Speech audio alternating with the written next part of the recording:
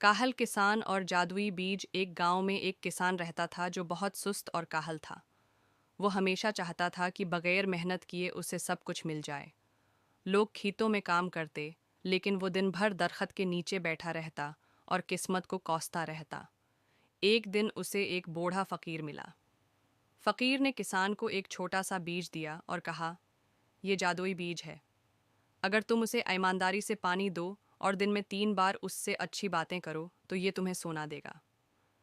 किसान बहुत खुश हुआ और फौरन बीज लेकर अपने खेत में लगा दिया। लेकिन अगले ही दिन उसने सस्ती की और न पानी दिया, न ही बीज से बात की। यूं कई दिन गुजर गए और बीज सूख गया। जब वो दोबारा फकीर के पास गया तो फकीर ने कहा, जादुई बीज हो या आम, हर बीज को मेहनत, खुलूस और वक्त देना पड़ता है। अगर तुम सस्ती करोगे तो कभी कुछ हासिल नहीं होगा। किसान को अपनी गलती का एहसास हुआ और उसने वादा किया कि आइंदा मेहनत करेगा। उसने दोबारा खेती बाड़ी शुरू की, दिन रात मेहनत की और कुछ ही महीनों में उसके खेत सोना उगलने लगे, यानी वो खुशहाल हो गया। तख्लाकी सबक: मेहनत का कोई नाम बदल नहीं। जो लोग सस्ती करते हैं वो ज़िंदगी में पीछे रह जाते हैं।